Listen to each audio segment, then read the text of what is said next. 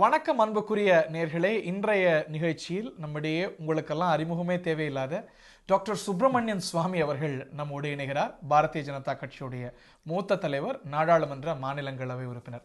Thank you very much doctor Subramanian Swamy. குடியரசுத் தலைவர் தேர்தல் முடிஞ்சு நாட்டுக்கு 14வது ஜனாதிபதி தேர்வாகி இருக்கிறார். முதன்முறையா RSS சேர்ந்த குடியரசுத் தலைவர், RSS சேர்ந்த துணை ஜனாதிபதி, பிரதமர் அப்படிங்கிற ஒரு சூழல் உருவாகி இருக்கிறது. But my question is about the choice of candidates. குடியரசுத் தலைவர், குடியரசு துணைத் தலைவர் வேட்பாளர்கள் பற்றி டாக்டர் சுவாமியுடைய பார்வை. முதல்ல கோவிந்த் RSSலேருந்து வந்தவர் இல்லை. RSSோட அவருக்கு தொடர்பு உண்டு.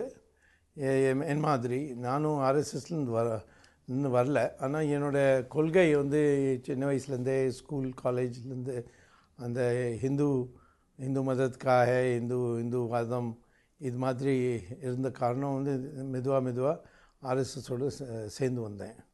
ஆகவே RSSோட கேண்டிடேட்னு சொல்கிறது தவிர, ஆனால் RSSக்கு அனுகூலமாக இருக்கிற கேண்டிடேட். ரைட். குடியரசு துணைத் தலைவர் வேட்பாளராக திரு வெங்கையா நாயுடு தேர்வாகி இருக்கிறார். திரு வெங்கையா நாயுடு கட்சி வாரத்திலையும் சரி, ஆட்சி வாரத்திலையும் சரி, பாராளுமன்ற வாரத்திலையும் சரி ரொம்ப முக்கிய பங்காற்றக்கூடிய ஒரு நபர். திரு வெங்கையா நாயுடு குடியரசு துணைத் தலைவர் வேட்பாளர் அப்படிங்கும்போது many were taken by surprise. பொலிட்டிக்கலாக குரூஷியலாக ஒரு ட்ரபிள் ஷூட்டராக இருக்கக்கூடிய ஒரு நபரை எதற்காக குடியரசு துணைத் தலைவராக பாஜக முன்மொழியுது அப்படின்னு அதோட ராஷ்னால புரிஞ்சுக்க விரும்புகிறேன். முதல்ல உங்களுக்கு ஞாபகம் இருக்கணும், எங்களுக்கு தனி மெஜாரிட்டி கிடையாது ராஜ்யசபாவில். ஸோ அதனால் ராஜ்யசபாவுக்கு நடத்துறதுக்கு யார்கிட்ட அந்த மாதிரி அறிமுகம் உண்டோ, யார்கிட்ட அந்த இருக்கிற ராஜ்யசபாவோட அவர் பல வாட்டி ராஜ்யசபாவில் தேர்ந்தெடுத்து வந்திருக்கார். அதனால் அது ராஜ்யசபாவோட நடைமுறை இதெல்லாம் அவருக்கு தெரியவர் இருக்க வேண்டும். அதுலேருந்து தேடிக்கு அப்புறம் கடைசியில் அவர் பெருசாக ஒன்றும் விரும்பலை துணைத் தலைவர் ஆகிறதுக்கு, துணை ஜனாதிபதி ஆக்கிறதுக்கு. ஆனாலும் கட்சியோட அவசியம், கட்சியோட கட்டுப்பாடு பார்த்து அவர் ஒத்துட்டு. பல இடங்களில் சொல்லப்படுது, உபராஷ்டிரபதியாக இருக்கிறத விட உஷா பத்தியாக இருக்கிறதே நான் விரும்பினேன்னு கட்சி ஃபோரமில் சொன்னதாக சொல்கிறாங்க. பட் நாடாளுமன்ற மாநிலங்களவையை நடத்தணும், அதுக்கு ஒரு பெஸ்ட் பர்சன் வேணுங்கிற அடிப்படையில் தேர்வாக இருக்கிறதா சொல்லியிருக்கீங்க. அதை தாண்டி இன்னைக்கு பாராளுமன்றத்தில் எதிர்கட்சிகளை ரீச் அவுட் பண்ணுறதுலையோ, இல்லை கட்சியில் ட்ரபிள் ஷூட் பண்ணுறதுலையோ, சவுத்தில் ஃபேஸாக இருக்கிறதுலையோ கட்சியில் இன்னும் கேந்திரமாக இருந்தார் இல்லையா? ஸோ வேற ஏதாவது காரணம் இருக்கா? இன்னைக்கு பல்வேறு ஊகங்கள் இன்னைக்கு அரசியல் அரங்கத்தில் உலா வருது. இல்லை, அவருக்கும் நம்மளோட பிரதமருக்கும் ரொம்ப நாளாக, ரொம்ப காலமாக ரொம்ப வருஷமாக ஒரு தொடர்பு இருந்திருக்கு. அதனால் கடைசியில் ஜனாதிபதி, துணை ஜனாதிபதி இவெல்லாம் பிரதமரோட அவளுக்கு செயல்படுறதுக்கு ஒரு ஒரு ஒரு ஒற்றுமை இருக்க வேண்டும். அதில் இவரோட பெட்டர் கேண்டிடேட் கிடைக்காது. திரு LK அத்வானியை ஏன் குடியரசுத் தலைவர் வேட்பாளராக, குடியரசுத் தலைவராக ஆக்கலை அப்படிங்கிற ஒரு கேள்வி ரொம்ப இயல்பாக சாமானியன்லேருந்து அரசியல் நோக்கர்கள் வரைக்கும் உற்று நோக்கி கேட்கப்படுற ஒரு கேள்வியாக இருக்குது. நீங்கள் திரு LK அத்வானியோடைய நல்ல நண்பர். அவர் பிரசிடென்ஷியல் பொசிஷனுக்கு டிசர்விங் நீங்கள் நினைக்கிறீங்களா? டிசர்விங் கட்டாயமாக நிறைய பேர் இருக்கார். முரளி மனோகர் ஜோஷியும் இருக்கார், சுஷ்மா ஸ்வராஜும் இருக்கார். சீனியர் மோஸ்ட் லீடர் அப்படிங்கும்போது why was he not opted? அது கடைசியில் நான் மீண்டும் சொல்ல விரும்புகிறேன், ஜனாதிபதிக்கும் பிரதமருக்கும் ஒரு ஒற்றுமை இருக்க வேண்டும். தட் மீன்ஸ் திரு அத்வானிக்கும் பிரதமருக்கும் இல்லையா? அது எல்லாருக்கும் தெரியுமே. அது கொஞ்சம் நாளாக அவர் எதிர் பண்ணார். அவரோட செயல்படுறதுக்கு வித்தியாசமாக இருக்கும். ரைட். இன்னைக்கு திரு கோவிந்த் பீகார் கவர்னராக இருந்து இன்னைக்கு குடியரசுத் தலைவராக இருக்கிறாரு. திரு வெங்கையா நாயுடு பல முக்கிய துறைகளை வைத்து வந்த ஒரு மூத்த அமைச்சர். அவருடைய இலாக்காக்களும் மற்றவங்களுக்கும் கொடுக்க வேண்டிய ஒரு சூழ்நிலை. இன்னைக்கு என்ன ஒரு சார்ஜ் எழுதுனா, இது ஒரு அடிஷனல் சார்ஜ் கவர்மெண்ட்டாக இருக்கு. உங்களுடைய நல்ல நண்பர் திரு அருண் ஜேட்லி கேந்திரமான பல துறைகளை வச்சுட்டு இருக்கிறாரு, டிஃபென்ஸ், நிதி அப்படின்னு. பல மாநிலங்களுக்கு, பல பெரிய மாநிலங்களுக்கு 2 மாநிலத்துக்கு சேர்த்து ஒரு கவர்னர் அப்படின்னு. இன்னைக்கு எல்லாத்துக்கும் அந்த அடிஷனல் சார்ஜ்னே போயிட்டு இருக்கு. இது ஒரு அடிஷனல் சார்ஜ் கவர்மெண்ட்டா மாறிட்டு இருக்கு இல்லையா? நல்ல நண்பர்னு சொல்றது கிண்டல் பண்றதுக்காக சொல்லல, ஜென்யூனா சொல்றேன். உண்மையாக வந்து எஸ், இது எல்லாருக்கும் அதை நம்ம அனுபவம் பண்ணுறோம். நான் நினைக்கிறேன் ஆகஸ்டில் பார்லிமெண்ட் செஷன் முடிஞ்ச பிறகு பிரதமர் 2 மாத மாற்றம் கொண்டு வருவார். ஒரு கேபினட் ரீஷஃபல் அப்படி அப்படிங்கிறது இயல்பான தேவை எதிர்பார்க்குறோம். என்கிட்ட யாரும் சொல்லவில்லை, ஆனால் எதிர்பார்க்குறோம். ஆகஸ்ட் போல இருக்கலாம். ஆமாம். கேபினட் ரீஷஃபல் அப்படின்னு வரும்போது இந்த நான் பர்ஃபார்மர்ஸ் நீக்கப்படுறதுக்கான வாய்ப்பு இருக்கா, இல்லை புதியவர்கள் மட்டும்? அது பிரதமரோட கடுமை, அவரோட பொறுப்பு, அவரோட பிறகு. ஆமாம், கடைசியில் அவர் தான் முடிவு பண்ணணும். இந்த கேபினெட்ல இருக்கக்கூடிய நான் பர்ஃபார்மர்ஸ் அப்படின்னா நீங்க யாரை பட்டியலிடுவீங்க? அது எல்லாரும் நண்பர் என்னோட. You been very vocal on many issues. அது தெரியும். ஆனால் இதில் வந்து ஒரு கட்டுப்பாடு உண்டு. அது என்னோட நான் சொன்னேன்னா அதுக்கு வந்து நம்மளுடைய எதிர்கட்சி அதை லாபம் எடுத்துப்பார்கள். எது நான் கட்சிக்கு உள்ளே சொல்லி அதை வேலையும் நடத்த முடியுமோ, முடிவும் கொண்டு வர முடியுமோ, அது வந்து வெளியில் சொன்னேன்னா முடியாது. ரொம்ப கூடுதலான நாட்களுக்கு இந்த ஒரு கூடுதல் பொறுப்புகள் கொடுத்தவர் தான் நீங்க நினைக்கலையா? தமிழ்நாடு, மகாராஷ்டிரா ரெண்டுமே பெரிய மாநிலங்கள். பொலிட்டிக்கலா இன்னைய சூழ்நிலையில ரெண்டுமே சென்சிட்டிவான ஸ்டேஜ். ஒரே கவர்னர். இப்போ நிதித்துறையிலையும் பல சவால்கள். இன்னைக்கு வந்து டிஃபென்ஸ் ரீதியா பார்த்தா இன்னைக்கு சைனா, பாகிஸ்தான் பல கார்னர்ஸ்ல நமக்கு சிக்கல்கள். இந்த ஒரு சூழ்நிலையில தனியா அமைச்சர்கள் இல்லாதது நம்ம ஆகஸ்ட் வரைக்கும் வெயிட் பண்றோம் அப்படின்னா அது நல்ல நிர்வாகத்துக்கான அழகா? அது கடைசியில் பிரதமரோட செக்ரட்டேரியட், பிரைம் மினிஸ்டர்ஸ் ஆஃபீஸ், பெரிய ஆஃபீஸு, அதை வந்து அப்படி ஒன்றும் அது மாதிரி ஒன்றும் நெருக்கடி எனக்கு தெரியலை. வந்து இதுக்காக உடனே செய்ய வேண்டும்னு இல்லை. ஒரு full time defence minister August எவ்வளவு நாளா இருந்துட்டு வர்றாரு அவர். திரு மனோகர் பாரிக்கர் ராஜினாமா செஞ்சு கோவாக்கு போய் நாளாகுது. இந்த ஒரு இடைப்பட்ட காலத்துல தான் காஷ்மீர்லயும் சரி, சைனாலையும் சரி சேலஞ்சஸ் பெருகிட்டே ஒரு அளவுக்கு நம்ம விமர்சனம் செய்ய முடியும். ஆனால் கடைசியில் வந்து நம்ம பிரதமர் தான் நம்ம தேர்ந்தெடுத்து கொண்டு வந்தோம். நம்ம கட்சி உள்ள இவர் தான் பிரதமராக இருப்பார். அது பிரதமர் ஆனதுக்கப்புறம் இப்படி பண்ணு அப்படி பண்ணு தினம்னு சொல்கிறது அது தேவையில்லை. அவருக்கு வந்து தெரியும், அவருக்கு தெரியாத விஷயம் கிடையாது. அதனால் அவருக்கு முடிவு பண்ணணும். ஆகஸ்ட்ல கேபினட் ரீஷஃபில் இருக்கும் அப்படின்னு சொல்லும்போது அதில் டாக்டர் சுவாமி நரேந்திர மோடியோட கேபினெட்ல இண்டக்ட் ஆகிறதுக்கான வாய்ப்பு இருக்கு. ஆல்சோ பிகம் தி ராஜ்யசபா எம்பி. நான் 2 வாட்டி ஏற்கனவே அமைச்சராக இருந்திருக்கேன். நரசிம்மராவ் காலத்துலேயும் சந்திரசேகர் காலத்துலேயும். நான் 6 வாட்டி, இது 6ஆம் டேர்ம் எனக்கு பார்லிமெண்ட்டில். 3 வாட்டி லோக்சபா, 3 வாட்டி ராஜ்யசபா. ஸோ இந்த பதவியெல்லாம் நான் வந்து முயற்சி பண்ணாமல் வந்திருக்கு. ஸோ நான் மினிஸ்டர் ஆக மாட்டேன் இதுதான் எதிர்பார்க்கறதில்ல. இது நடக்கணும்னு அவசியம் ஆகிடுச்சுன்னா நடந்துடும். அதனால் நான் சொல்ல முடியாது வந்து நான் அமைச்சர் ஆவேன்னா இல்லையா. ஆகஸ்ட்ல அந்த டெஸ்டினி உங்க பக்கம் வந்துன்னா ஆகிடும். கிரகம் சரியாக இருக்கணும். இதுவரையிலும் நிறைய பதவி எனக்கு பிரதமர் வந்து கேட்டிருக்கார்கள். ஒன்று கவர்னராக மகாராஷ்டிரா போடுறதுக்காக நான் வேண்டான்னு சொன்னேன். அதுக்கப்புறம் ஜவஹர்லால் நேரு யூனிவர்சிட்டியில் வைஸ் சான்சலர் கொண்டு வரதுக்கு பேசினார்கள். நான் சொன்னேன் அதில் வந்து ஒன்றுமே ஆற்றல் கிடையாது, நான் வந்து ஒன்றும் செய்ய முடியாது. அங்கே வந்து மினிஸ்ட்ரியோட பியூரோக்ராட்ஸ் வந்து என்ன மிரட்ட வந்துடுவார்கள், நான் இருக்க முடியாது. அப்புறம் வந்து ஒரு பெரிய பதவி வந்து பிரிக்ஸ் பேங்க்குன்னு ஒன்று இருந்தது. அதுக்கு வந்து பிரசிடெண்ட்டாக வந்து அவர் பிரதமரே வந்து சைனாட்ட பேசி, அப்புறம் பிரேசில்கிட்ட பேசி, ரஷ்யாட்ட பேசி வந்து என்னோடய கேண்டிடேட்ஸை தயார் பண்ணிவிட்டு என்கிட்ட சொன்னார், நீங்கள் வந்து பிரசிடெண்ட் ஆகும், இது வந்து நம்மளுக்கு பெரிய மதிப்பு, இதில் நிறைய நீங்கள் உங்கள் பொருளாதார ஞானத்தை வந்து நீங்கள் பயன்படுத்தலாம்னு சொன்னால், நான் சொன்னேன் நான் நாட்டை விட்டு போக மாட்டேன், அதனால் நீங்கள் என்ன இது ஒத்துக்க மாட்டேன், ரொம்ப ட்ரை பண்ண வந்து நான் ஒத்துக்கிறதுக்கு நான் முடியாதுன்னு சொல்லிட்டேன். அதுமாரி நிறைய பதவி வந்துட்டே இருக்குது, ஆனால் நான் ஏற்றுக்கொள்ளவில்லை. ஒரு பிரபலமான ஊகம் என்னென்னா doctor Swamy wants to be the finance minister of India. நான் பொருளாதார பேராசிரியராக இருந்திருக்கேன், இத்தனை ஆராய்ச்சி பண்ணியிருக்கேன், உலகில் மிகப்பெரிய பிரதிஷ்டை பெற்ற யூனிவர்சிட்டி ஹார்வர்டில் நான் ப்ரொஃபஸராக இருந்திருக்கேன், ஐஐடியில் ப்ரொஃபஸராக இருந்திருக்கேன். அதனால் வந்து economics. So you could be a better finance minister. நான் I can be better then anybody else. என்னோட ஜாஸ்தி யாருக்கும் குவாலிஃபிகேஷன் கிடையாது. பிரசன்ட் ஃபினான்ஸ் மினிஸ்டர் அது நேச்சுரலி அவர் வந்து ஒரு வழக்கறிஞர், அவருக்கு என்ன எக்கனாமிக்ஸ் தெரியும். திரு ரஜினிகாந்த் மேலே டாக்டர் சுப்பிரமணியன் சுவாமிக்கு என்ன அவ்வளோ கோவம்னு சொல்ல முடியாது. ஒரு என்னோட திட்டம்படி என்னோட சிந்தனைப்படி தமிழ்நாடோட வியாதி வந்து இந்த சினிமா. அதோட வந்து சும்மா வந்து சினிமா பார்க்குறது வியாதி இல்லை. அதோட பணம், அந்த கருப்பு பணம், அதில் வந்து கிரிமினல்ஸ், இது எல்லாத்தையும் சேர்த்து பார்த்தா தமிழ்நாடோட கலாச்சாரம் கெட்டு போயிருக்கு சினிமா காரணம். அந்த சினிமாலேருந்து இனிமேல் நம்மளுக்கு விடுதலை கிடைக்கணும்.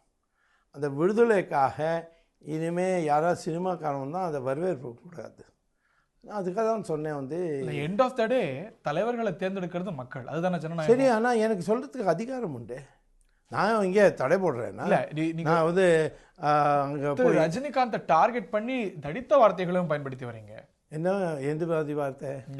நீங்க ட்விட்டர்ல பயன்படுத்தின வார்த்தைகள் உங்களுக்கு நல்லா நினைவு இருக்கும். எனக்கு நல்லா இருக்கு. அது ஒன்றும் நான் நாகரிகமாக ஒன்றும் சொல்லவே இல்லையே. நான் சொன்னேன் அவன் மக்குன்னு. அது வந்து நான் மக்கு தான். அவனுக்கு ஒன்றும் தெரியாது. அவனுக்கு அரசியலை பற்றி ஒன்றும் தெரியாது. அவனுக்கு வந்து இது தியரி, பொலிட்டிக்கல் தியரி பற்றி ஒன்றும் தெரியாது. மக்கள் சினிமா டயலாகே வந்து யாராவது எழுதி கொடுப்பான், அதை தான் பேசுவான். மக்கள் செல்வாக்கு இருக்கக்கூடிய தலைவர்னு வேற யாரும் தலைவர் திரு அமித்ஷா சொல்றாரு. அவர் வந்து சொல்லவே இல்லை. நீங்கள்லாம் பொய் சொல்லாதீங்க. நான் சொல்கிறேன், நீங்கள் பொய் சொல்கிறேன். இல்லை, நான் ஏற்கனவே 2 டெலிவிஷன் ஸ்டேஷனில் சொல்லியிருக்கேன் பொய்ன்னு. அவர் சொன்னால் நாங்கள் ஆதாரம் கொடுக்க முடியாது. அவர் என்ன சொன்னார் நான் சொல்கிறேன். நான் பேசியிருக்கேன் அவர்கிட்ட. அவர் என்ன சொன்னார்னா, அவர்கிட்ட கேள்வி கேட்டால் டிவிக்காரன் வந்து ரஜினிகாந்த் வந்து அரசியலில் வரணுமான்னு சொன்னால், அரசியலில் எல்லா நல்லவர்கள் வரணும் இது சொன்னார். ஒன்று. அவர் வந்து பிஜேபியில் அதெல்லாம் வந்து நான் சொல்லவே இல்லை. அது அவர் கேட்க சொல்ல. இதுக்கப்புறம் ஜூன் 26, 2017 இணையதளத்தில் கூட இந்த பதிவு இருக்கு, நீங்களும் பார்த்துக்கலாம். ரஜினிகாந்த் மக்கள் செல்வாக்கு இருக்கக்கூடிய பிரமுகர் அப்படின்னு திரு அமித்ஷா, உங்க கட்சியோட தலைவர். மக்கள் செல்வாக்கு இருக்காது, அது வந்து அபிப்பிராயம். அது பற்றி இல்லை. கட்சியில் நாங்கள் வந்து பிஜேபி அவனை அதான் அவர் சொல்லலை. அது சொன்ன அதானே எனக்கு அவரை நீங்கள் வந்து எனக்கு வித்தியாசமாக அமித்ஷா வந்து சொல்லிட்டாருன்னா அது வந்து வேதுவாக்கம் இல்லை. இல்லை, திரு அமித்ஷா மட்டும் சொன்னா பரவாயில்ல, உங்க கட்சியில் இருக்கக்கூடிய தமிழ்நாட்டில் இருக்கக்கூடிய அத்தனை தலைவர்களும் தமிழ்நாடு இது முடிவு பண்ணுமா? அவர் பிஜேபியில் சேர போறாரா இல்லையா தமிழ்நாடு முடிவு பண்ண முடியாது. இல்லை, செயற்குழு தான் முடிவு பண்ண. உங்க கட்சியோடைய அத்தனை பிரமுகர்களும், திரு சுப்பிரமணியன் சுவாமி நீங்களா, அத்தனை பிரமுகர்களும் திரு ரஜினிகாந்தை பத்தி வானலாவ போடுறாங்க, அவர் அரசியல் வருகையை வரவேற்கிறாங்க. அதை பத்தி நான் கவலையே படவே இல்லை. ஏன் வந்து எதுவரையிலும் கட்சியில முடிவு ஆகாது இல்லையோ, என்னோட சொந்த அபிப்பிராயம் சொல்றதுக்கு எனக்கு அதிகாரம் உண்டு. But you are a lone voice in your party. அது உன்னோட அபிப்பிராயம். இது வந்து வெளியில இருந்து நீங்க வந்து உங்க நிருபர்களுக்கு ஒரு கெட்ட பழக்கம். அபிப்பிராயம் அதுக்கு ஆதாரமே வேண்டாம். இல்ல, போய் சொல்லிட்டே இப்ப திரு அமித்ஷா வரவேற்கிறார், தமிழிசை வரவேற்கிறார், ராஜா வரவேற்கிறார். நான் என்ன சொன்னேன் உங்கள்கிட்ட, கட்சி எப்போ வரலையும் முடிவு பண்றது இல்லையோ எனக்கு அதிகாரம் ஒன்று இருக்கு சொல்றதுக்கு. இல்ல, அந்த விமர்சனம் அவர் சினிமாக்காரர் அவர் வரக்கூடாது அப்படிங்கிறது அது என்னோட அபிப்பிராயம். உங்களுக்கு நீங்க எப்படி அதை தடுக்க முடியும்? இல்ல, தடுக்கல.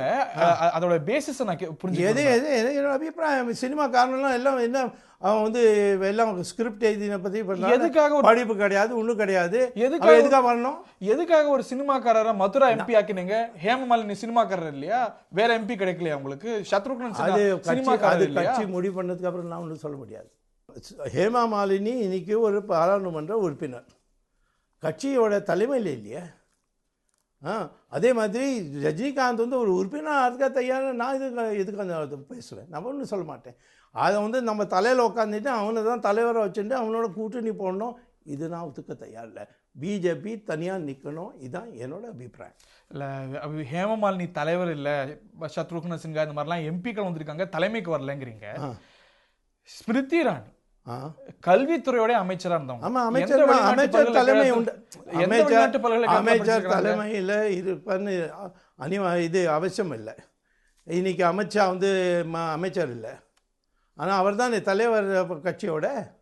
இல்லை, கல்வி தொகுதியை கேள்வி எழுப்புறீங்க, இதுக்கா இதில் வந்து வீணா அனாவசியமாக நீங்கள் ஆர்கியூ பண்ணுறேன்.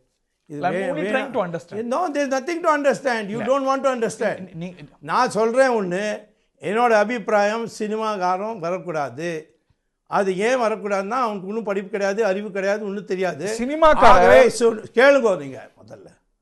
அவளுக்கு வந்து இப்போ அபிப்பிராயம் ஒன்றும் கிடையாது, அறிவு கிடையாது, அதனால வரக்கூடாதுன்னு சொன்னேன். இது என்னோட கருத்து. கட்சி வந்து அதை வந்து மீறி போகலாமே. அதில் ஒரு துணை கேள்வி கேட்குறேன். சினிமாக்காரர் நாட்டுடைய கல்வி அமைச்சராக வரலாம், ஆனா முதலமைச்சரா வரக்கூடாது, ஒரு மாநிலத்துக்கு தலைமை தாங்க. இதெல்லாம் முடிவாயிடுது. இதை வந்து திருப்பி வந்து கல்வி விடாது. சரி, உங்களுக்கு வந்து ஒரு கேள்வி கேட்கறதுக்கு ஒரு கலாச்சாரம் இல்லை. அதே திருப்பி சொல்றேன். நான் என்ன சொன்னேன், கட்சி முடிவு பண்ணா வேணும் அடுத்துக்கிறதுக்கு நான் ஒன்றும் சொல்ல மாட்டேன். ஆனால் எது வரலையும் அடுக்கு இல்லையோ எனக்கு அப்படின்னு தெரிவிக்கிறதுக்காக அதிகாரம் உண்டு. அதான் நான் செய்கிறேன். தமிழ்நாட்டில் திரு ரஜினிகாந்த் ஆதரிக்கிறது உசிதம் இல்லை, பிஜேபியை பலப்படுத்துறது தான் சரி அப்படின்னு நீங்க கருதுறீங்க. ஆனா இன்னைக்கு தமிழ்நாட்டில் ரஜினிகாந்த் அரசியலுக்கு வராரா, கமல் அரசியலுக்கு வராரான்னு பேச்சிருக்கே தவிர உங்க மீடியால இல்ல. இன்னைக்கு இந்த பொலிட்டிக்கல் வேக்கம், சோகால் பொலிட்டிக்கல் வேக்கம்ல கூட பிஜேபிக்கான வாய்ப்பு அப்படிங்கறத பத்தி பிரகாசமா யாருமே பேசல. நம்ம வந்து அது மாதிரி நம்மளோட நடவடிக்கை, நம்மளோட ப்ரோக்ராம்ஸ், நம்ம திட்டம் இதெல்லாம் மக்களுக்கு இல்லையே. இதான் தினம் அவன் வீட்டில் போயிட்டோம், இவன் வீட்டில் போயிட்டோம் தான் தமிழ்நாடோட பிஜேபி பண்ணுறார்கள். அங்கே போய் ஷால் போட்டுட்டு வந்தோம், இங்கே போய் ஷால் போட்டுட்டு வந்தோம். தினம் ஒரு மாவட்டத்தில் ஒரு மாநாடு நடத்த வேண்டும். அதுலேருந்து நம்மளோட யார் வேட்பாளராக இந்த அடுத்த தேர்தல் 2019 தேர்தலில் இருக்க முடியும்னு ஒரு லிஸ்ட்டு தயார் பண்ணோம். அந்த லிஸ்ட்டை கூடி அவர் அந்த வேட்பாளராக யார் ஆக முடியுமோ அவளோட ஒரு மாநாடு நடத்தணும். அதுலேருந்து ஒரு அந்த மாநாட்டுக்கு அப்புறம் கேண்டிடேட்ஸ் தயார் பண்ணி ஒரு வருஷம் டைம் கொடுக்கணும் அவளுக்கு தொகுதியில் வேலை செய்கிறதுக்கு. தான் பிரின்சிபலில் நம்ம கட்சி வளரும். இந்த காக்கா பிடிச்சிட்டு இருந்து முடியாது. மோடியோட பாப்புலாரிட்டியில் எல்லாத்தையும் எங்கே பூத்தில் உங்கள் ஆள் கிடையாதோ, எங்கே வந்து மாவட்டத்தில் ஆஃபீஸ் கிடையாதோ, அது மாதிரி இருக்கிற சமயத்தில் யார் ஓட்டு போடுவா? யார் ரெக்டிஃபை பண்ணும்? உங்கள் கட்சி தானே ரெக்டிஃபை தான் நான் சொல்கிறேன். வந்து அந்த திட்டத்தை போட்டு நடத்தணும். ரஜினிகாந்த் பற்றி பேசிகிட்டு இருந்தோம். அதே போல் திரு கமல்ஹாசனும் சர்ச்சையுடைய மையத்தில் இருக்கிறார். நான் வந்து அரசியலில் வருவேன் என்று ஒரு துணிப்பட ஒரு கவிதை எழுத அது பெரிய பரபரப்பு. உங்கள் கட்சியுடைய மாநில தலைவர்கள்லாம் சேர்ந்து திரு கமல்ஹாசனுக்கு என்ன தகுதி இருக்குது அப்படின்னு அவரை கேள்வி எழுப்பி வித்தியாசமாக பேசுகிறாளா? இல்லை, அவரை கேள்வி எழுப்பிட்டுருக்காங்க. திரு கமல்ஹாசனுடைய சர்ச்சையை யூ மைட் ஹவ் ஃபாலோட். உங்களுடைய பார்வை என்ன? இதில் நான் ஏற்கனவே சொல்லிட்டேன், நான் வந்து சொல்லிட்டேன். இதோட ஜாஸ்தி என்ன சொல்ல முடியும்? புரியுமா? ஆம்பாவும் இருக்கிற ரொம்ப தடித்த வார்த்தையா இருக்கேன். நான் என்ன கேட்க விரும்புறேன்னா, ரஜினிகாந்த் வரவேற்கிறாங்க, கமல்ஹாசன் வரக்கூடாதுங்கிறாங்க. அது எனக்கு தெரியாது. நான் 2 பேரும் வரக்கூடாதுன்னு சொல்றேன். 2 பேருமே வரக்கூடாது சொன்னேன். நான் அவன் வந்து ஒரு நாள் சொல்றான் நான் பிராமணர்னு, இன்னொரு நாள் சொல்றான் பெரியார் தான் என்னோட இன்ஸ்பிரேஷன். அதுமாரி முட்டாள் நாட்டில் உண்டா இது மாதிரி முரண்பாடு இருக்கிற கருத்தை வச்சுட்டு? அதிமுக இன்னைக்கு பல அணிகளாக பிளவுபட்டிருக்கு. முதலமைச்சர் தலைமையில் ஒரு அணி, ஓபிஎஸ் தலைமையில் ஒரு அணி, சசிகலா குடும்பம் தனியா. எது லெஜிட்டிமேட்டான ஃபேக்ஷன் டாக்டர் சுவாமி கருதுறார்? நான் ஏற்கனவே சொல்லிட்டேன், ஒரே ஒரு அணி தான், அது சசிகலா தலைமையில் இருக்கிற அணி. They are still loyal to her. She controls it. Based on your inputs தான் நீங்க சொல்றீங்க. என்னோட அறிவு பிரகாரம் அதுதான் லெஜிட்டிமேட்டான அணின்னு கருதுறீங்க? நேச்சுரலி எல்லா எம்எல்ஏஸும் சப்போர்ட் பண்ணுறாளே அவளை. யாருமே எதிர் பண்ணலையே. இன்னைக்கு திரு பழனிசாமியும் சசிகலா குடும்பமும் கூட இன்னைக்கு வேறுபட்டிருக்காங்க. சொல்றா நீங்க அவங்க யாருமே உங்க கதை நான் கேட்கறதுக்கு தயார் இல்லை. ஒண்ணுமே அந்த கட்சி சசிகலாவோட தலைமையில் இருக்கு. அது வந்து மாற்றக்கூடியது. யாருமே சொல்லாட்டா என்னோட கருத்து வந்து யார் சொல்றாலோ அதான் சொல்லணுமா? இல்ல நான் புரிஞ்சுக்க விரும்புறேன். உங்க ஏன் புரியற? நீங்க நான் சொன்னேன் என்னோட அபிப்பிராயம். எதுக்காக உங்களுக்கு புரியறதுக்காக நான் சொல்லணும்? ஒன்னா இருக்காங்கங்கிறீங்க. ஒன்னா இருக்காங்கன்னா அவங்க என்டாஸ் பண்ணணும்ல. அமைச்சர்கள் ஒருத்தர் மாத்தி ஒருத்தர் எல்லா கட்சியிலும் விலக்கி வச்சுட்டோங்கிறாங்க. அது சும்மா. எனக்கு வந்து இது மாதிரி எல்லா செய்தியும் கரெக்டாக கிடைக்கிறது. அது காரணம் தான் நான் வந்து சொன்னது தான் நடந்தது. பிரதமரும் என்னோட பேச்சை கடைசியில் ஏற்றுக்கொள்கிறார்கள். 2 அமைச்சரும் ஒரு குருமூர்த்தி சேர்ந்து வந்து பன்னீர்செல்வமை முதலமைச்சராக ஆக்கிறதுக்கு முயற்சி பண்ணார். மத்திய அமைச்சர்கள் 2 அமைச்சர். அது சொல்ல மாட்டேன். குருமூர்த்தியும் இந்த 2 அமைச்சரும் முயற்சி பண்ணார்கள். நான் வந்து அதை எதிர்பண்ணேன். நான் சொன்னேன், இல்லை, சசிகலாட்டு தான் மெஜாரிட்டி இருக்குது, நம்ம வந்து சட்டம் படி போனோம், சட்டம் படி யார்கிட்ட மெஜாரிட்டி இருக்கோ அவளுக்கு தான் நம்ம அழைப்பு கொடுக்கணும்னு. அதுக்குள்ளே என்னோடய கேஸோட ஜட்ஜ்மெண்ட் வந்துடுத்து. ஸோ சசிகலா ஜெயில் போயிட்டார்கள். அப்புறம் கட்சி வந்து இவரை செலக்ட் பண்ணால் அதுதான் சொன்னேன், பழனிசாமிக்கு அழைப்பு கொடுக்கணும்னு. கடைசியில் 5 நாள் 6 நாளுக்கு அப்புறம் பிரதமர்கிட்ட வந்து ஆஃபீஸ்லேருந்து எனக்கு இன்ஃபர்மேஷன் வந்தது, நம்ம வந்து கவர்னர்கிட்ட நம்ம அபிப்பிராயம் கொடுத்துட்டோம், வந்து பழனிசாமிக்கு அழைப்பு கொடுக்கணும். 2 மத்திய அமைச்சர்கள் திரு பன்னீர்செல்வத்தை சீஃப் மினிஸ்டரா தொடர வைக்கிறதுக்கு முயற்சி எடுத்தாங்க. So it was done at the behest of 2 central ministers. But not government freedom கொடுத்துட்டாங்க, நீ பண்ணு, அவளும் பண்ணிட்டோம். இன்னைக்கு பிரைம் மினிஸ்டர் உட்பட எல்லாரும் சசிகலாவோட லீடர்ஷிப்பை தான் லெஜிட்டிமேட்டான, அது எனக்கு தெரியாது. ஆனால் சசிகலாவுக்கு வந்து ஜனாதிபதி எலெக்ஷனில் ஓட்டு கொடுக்கணும், நான் தான் வந்து பேசியிருந்தேன். சசிகலாட்ட பேசலை நேரடியாக, பட் சசிகலா மூலமாக எனக்கு வந்து செய்தி கிடச்சிது, வந்து சப்போர்ட் பண்ணேன். அந்த கால சீஃப் மினிஸ்டர் தான் அதே சீஃப் மினிஸ்டர் தான். எனக்கு தெரியும் யார் எடுத்தாங்க, உங்களுக்கு அப்படி இருக்கலாம். ஸோ இப்போ வந்து ஏடிஎம்கே அம்மா அணியோட ஆதரவை வந்து டிசைட் பண்ணது திருமதி சசிகலா கண்ட்ரோலில் இருக்கிற ஏடிஎம்கே தான் உண்மையான ஏடிஎம்கே. அந்த ஃபேட்டை எலெக்ஷன் கமிஷன் தானே நிர்ணயிக்க போகுது. ஏன்னா இன்னைக்கு அவங்க முன்னாடி இருக்கு அப்படிங்கும்போது எலெக்ஷன் கமிஷன் இஸ் ஃப்ரோசன். நீங்க தவறான முடிவு, சிம்பிளை தவறான முடிவு ஃப்ரீஸ் பண்ணிருக்காங்க. அது தவறான முடிவு. எக்ஸெப்ஷன்ஸ் தவிர்த்து அது ஒன்றும் கிடையாது. அது சுப்ரீம் கோர்ட்டோட இருக்கிற 4-5 தீர்ப்பை எதிராக இந்த தவறான முடிவு கொடுத்துருக்கார்கள், இந்த ரெட்டையில ஃப்ரீஸ் பண்ணி. இப்போ அவங்க இன்னும் ஃபைனல் டிசிஷன் எடுக்கல. ஃபைனல் டிசிஷன் எப்படி சசிகலா அன்னைக்கு தான் கிடைக்கணும். பட் அவங்களுடைய ஜெனரல் செக்ரட்டரி நாமினேஷன்ல நிறைய டெக்னிக்கலா கண்டெஸ்ட் பண்ணப்பட்டது. அதெல்லாம் டெக்னிக்கல்லாம் ஒன்றும் கிடையாது. எம்பி எம்எல்ஏ எல்லாரும் சசிகலாட்ட, அதுதான் லெஜிட்டிமேட்டா எலெக்ஷன் சுப்ரீம் கோர்ட்டோட ஜட்ஜ்மெண்ட். ஸோ அதுபடி தான். ஆமாம், உங்களுக்குலாம் சினிமா பார்த்து சட்டம்லாம் படிக்கிறது இல்லை, அதுதான் ப்ராப்ளம். இல்லை, election commission freeze election commission தவறு பண்ணலாம். நான் சினிமா பார்த்து எலெக்ஷன் கமிஷன் சினிமா தான் பார்த்துருப்பான்னு நினைக்கிறேன். பிகாஸ் இது தவறான, இது மாதிரி மோசமான முடிவு நான் இது வரையும் வரலாற்றில் பார்க்கல. The final decision will be in favor of Sasikala. Has to be. அதான் வந்து சட்டம் படி. அது மாதிரி மோசடி பண்ணால் எனக்கு தெரியாது.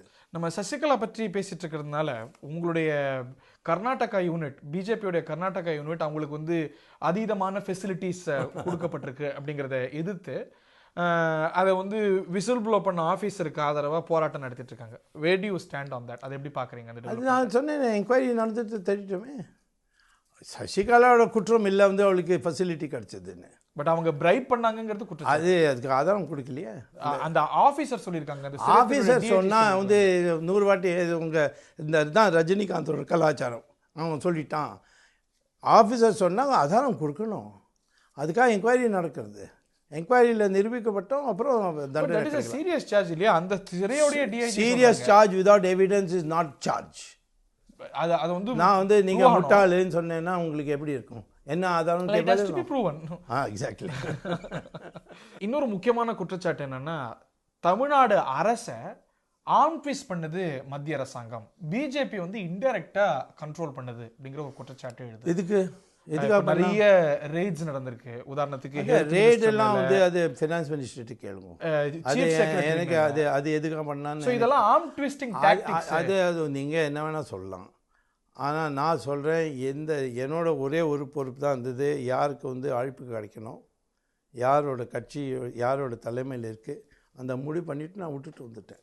நீங்கள் விட்டுருக்கலாம். பட் ஆனால் இதன் அடிப்படையில் என்ன விமர்சனம் வைக்கப்படுது? எனக்கு தெரியாது. மினிஸ்டர் மேலே ரைட் பண்ணுறாங்க, சீஃப் செக்ரட்டரி ரைட் பண்ணாங்க, மினிஸ்டர் என்ன பண்ணணும்னு நான் சொல்றேன். இதெல்லாம் எஃப்ஐஆர் கூட ஃபைல் ஆகல. அப்படிங்கும்போது இது வந்து இன்டைரக்டா கவர்மெண்ட்டை கண்ட்ரோல் பண்ணுறதுக்கு அந்த மினிஸ்டர்கிட்ட போய் கேளுங்க, என்கிட்ட கேட்காது. Finance minister of India naturally அவர் தானே என்ஃபோர்ஸ்மெண்ட் டைரக்டரேட்டு, டேக்ஸு, இதெல்லாம் ஃபினான்ஸ் மினிஸ்ட்ரி.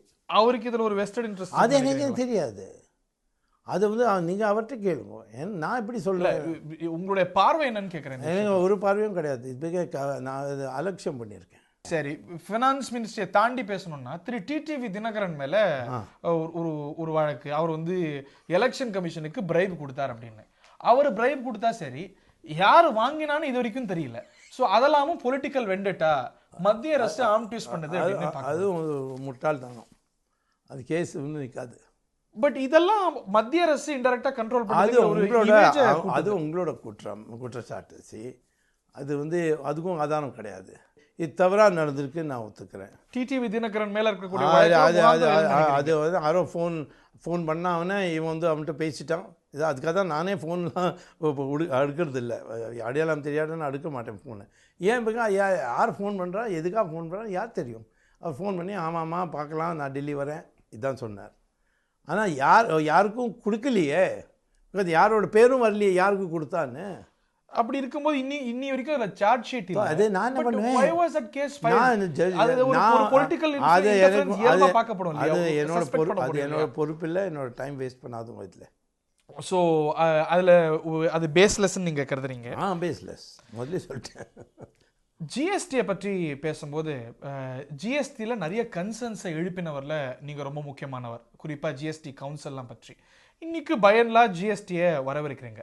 பட் ஆனாலும் கூட இம்ப்ளிமெண்டேஷன் ஆஃப் ஜிஎஸ்டியில் நிறைய கோளாறு இருக்கிறதா முதல்ல கொஞ்சம் நீங்கள் நான் நினைக்கல சரியாக படிக்கலை. நான் ஜிஎஸ்டியை எப்பயும் எதிர் பண்ணல. நான் ரேஸ் கன்சர்னும் பண்ணல. நான் ஜிஎஸ்டிஎன் பற்றி எதிர் பண்ணேன். ஜிஎஸ்டின்னு என்னன்னு தெரியுமா உங்களுக்கு? தெரியாது. ஒரு பிரைவேட் பாடி ஏன் வரணும் அப்படின்னு கேள்வி கேட்டீங்க. பிரைவேட் பாடிக்கு பொறுப்பு கொடுத்துருக்கார்கள். இந்த ப்ரைவேட் 2 வங்கி இருக்காலே அவளோட 75% ஷேர் வந்து வெளிநாட்டோட மதியானர்கள்ட்ட இருக்குது, ஃபாரின் இன்வெஸ்டர்ஸ்கிட்ட இருக்குது. ஆகவே ஃபாரின் கம்பெனிஸ்க்கு நம்ம நாட்டோட கம்பெனிஸ்க்கு வரை எல்லா விவரம் கிடைக்கும். இது செக்யூரிட்டி ப்ராப்ளம். அதனால் இதை செக்யூரிட்டி செக் பண்ண வேண்டும். இதை வந்து நீதி அமைச்சர் எதிர் பண்ணார். ஆனால் பிரதமர் என்னோட பாயிண்ட்டை ஏற்றுக்கொள்ளி ஹோம் மினிஸ்டர்கிட்ட சொன்னார் வந்து இதை வந்து செக்யூரிட்டி செக்காக போடுங்கன்னு. அந்த செக்யூரிட்டி செக் வந்து பாதி பண்ணிவிட்டு பாதியை வந்து ஃபைனான்ஸ் மினிஸ்டர்லேருந்து டேட்டாக்காக வெயிட் பண்ணுறார்கள். ரெண்டாவது, இத்தனை பெரிய செலவு நடக்க போகிறது. ஆனால் சிஏஜிக்கு அதிகாரம் இல்லை இதை ஆடிட் பண்ணுறதுக்கு. இதை நாங்கள் ஒத்துக்க முடியாது. அதையும் பிரதமர் ஏற்றுக்கொள்கிறார்கள். ஐ மீன் ஹி அக்செப்டட் இட். அது காரணம் எனக்கு எதிரே போயிடுது. ஸோ நான் சப்போர்ட் பண்ணேன். ரொம்ப முக்கியமான கன்சர்ன்ஸ் எழுப்பியிருக்கீங்க. அதை தாண்டி இன்னைக்கு இம்ப்ளிமெண்டேஷனில் நிறைய கன்சர்ன்ஸ் இருக்கிறதா நீங்கள் கருதலையா? இதுக்கு உதாரணமாக வந்து ஆயுர்வேதா மெடிசன்ஸ்க்கு வந்து 18% போட்டிருக்கா. வெளிநாட்டிலேருந்து இந்த வெள்ளக்காரனோட அலோபேத்திக்குன்னு சொல்கிறாலே அதோட மருந்துக்கு வந்து 3% தான் போட்டிருக்கா. இது வரலையும் வந்து கோயிலில் வந்து என்ன உற்பத்தி வருதோ அதில் டேக்ஸே போட மாட்டாள். இந்த வாட்டி அவள் வந்து டேக்ஸ் வந்து 6-7% போட்டிருக்கா.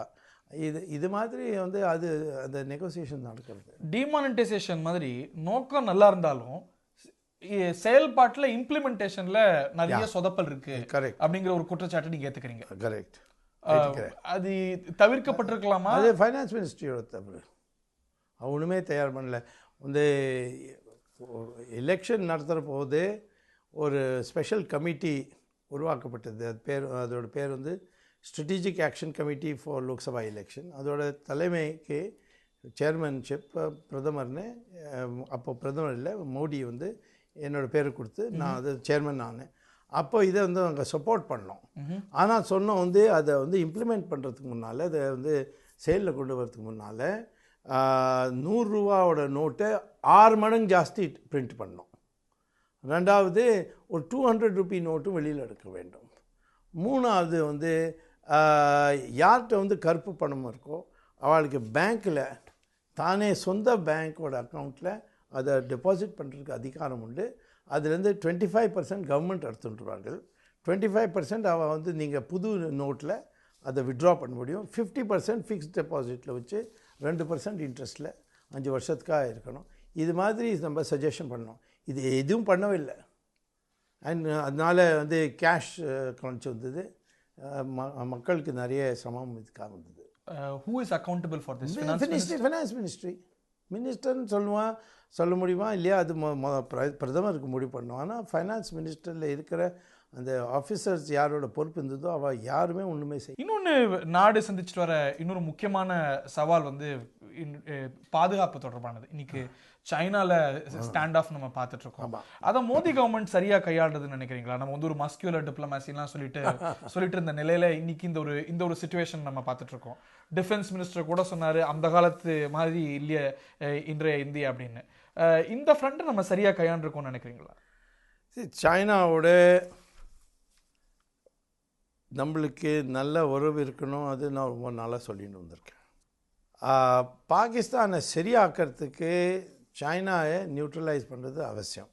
சைனாவுக்கு ஒரு கவலை, நம்ம வந்து அமெரிக்காவோட சேர்ந்து ஆன்டி சைனீஸ் ஆக்டிவிட்டீஸ் செய்கிறதுக்கு முடிவு பண்ணியிருக்கோன்னு ஒரு சந்தேகம் இருக்குது. அது சரியான சந்தேகம் இல்லையா எனக்கு தெரியாது. ஸோ இதனால் இந்த சின்ன சின்ன இரிட்டேஷன் காரணம் வந்து இப்போ வந்து கொஞ்சம் ரியாக்ட் பண்ணியிருக்கார்கள். ஆனால் வந்து என்கிட்ட இப்போ வந்து நம்ம ஃபாரின் மினிஸ்ட்ரியோட ஒஃபீஷியல்ஸ்லாம், நான் வந்து கன்சல்டேட்டிவ் கமிட்டி ஆன் ஃபாரின் அஃபேர்ஸில் இருக்கேன். அவர் சொல்லியிருக்கா வந்து நம்ம சொல்லியிருக்கோம் சைனாட்ட நாங்கள் பேசி இதை சரியாக்கிறதுக்கு. ஆனால் என்னோடய அபிப்பிராயம் வந்து இன்னும் கொஞ்சம் நாள் வந்து இந்த சைனா பிரச்சனை பெருசாக ஆக போகுது. இந்த ஃப்ரண்ட்ல ஒரு ஃபெயிலியரை மோடி சர்க்கார் சந்திச்சிருக்கு அப்படின்னு சொன்னாங்க.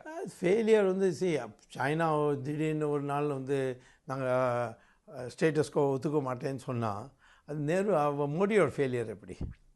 டிஃபென்ஸ் மினிஸ்டர் ஒரு ஸ்ட்ராங்கான ஸ்டேட்மெண்ட் கூட சொன்னார். அது சொல்லியிருக்கக்கூடாது.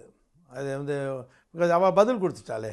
ஆமாம் சரி 1962 இன்னைக்கு 1962 இல்லை, நாங்கள் ஒத்துக்கிறோம், எங்களுக்கும் இது இல்லை. நிதியமைச்சர் அருண்ஜேட்லி வந்து பழைய இந்தியா மாதிரி இப்போ இல்லை இந்தியா அப்படின்னு சொன்னது வந்து தேவையில்லை, சொல்லிடக்கூடாது. ராங் ஸ்டேட்மெண்ட் நீங்கள். ஆமாம், சும்மா ப்ராபகேட்டிவ் ஸ்டேட்மெண்ட்.